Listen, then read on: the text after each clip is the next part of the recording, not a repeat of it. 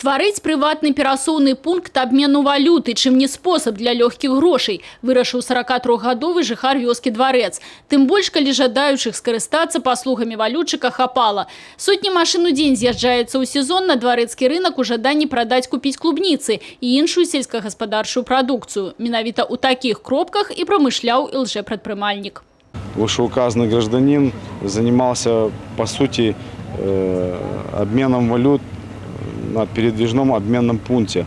Ввиду того, что в данном населенном пункте не было обменного пункта валют, он по телефонному звонку мог выехать в любую точку района, в город Луннец, или на месте обменять любую сумму.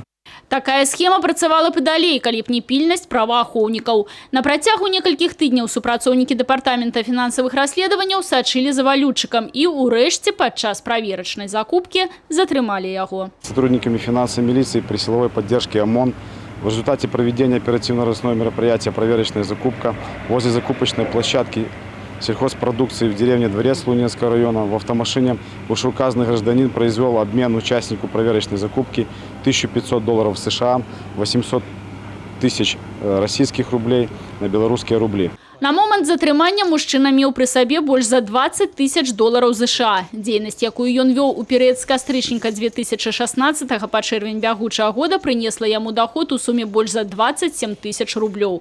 У адносінах да валютчыка ўзбуджана крымінальная справа па часці 1 артыкула 233 Крымінальнага кодексу Республики Беларусь. Санкция статьи предусматривает наказание в виде штрафа или ареста сроком до 6 месяцев, или ограничением свободы на срок до 2 лет, или лишением свободы на срок до 3 лет. Мария Кобец, Людмила Салдзан, Александр Дьяченко, телерадиокомпания «Брест».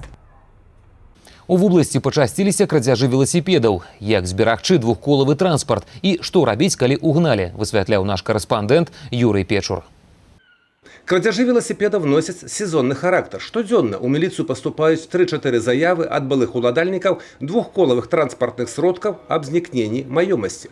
С пачатку года в области уже скрадзена 156 штук. Варто додать, что 70% крадзяжоў здзяйсняецца шляхом так званого свободного доступу, калі уладальники по своей бестурботности покидают их без необходного нагляду и нават не замыкают специальным замком. Раскрываемость этого вида преступления несколько ниже, чем общая раскрываемость, и даже ниже, чем раскрываемость краж. 35% раскрывается. Поэтому мы делаем ставку, конечно же, на профилактику. Те лица, которые совершают эти преступления, как правило, это лица социальное поведение, они ведь потом их перепродают банально за алкоголь, просто за бесценок отдают даже дорогие велосипеды. Адказнасць за крадзяжы велосипедов наступае па артыкуле 205 Крымінальнага кодексу крадзеж і прадугледжвае до 5 гадоў пазбаўлення волі.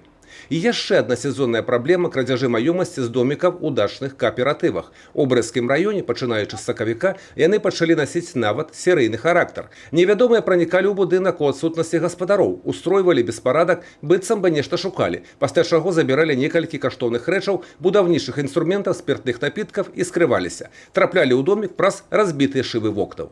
Раскрытие данных преступлений находилось на особом контроле у руководства УВД и Брестского РОВД.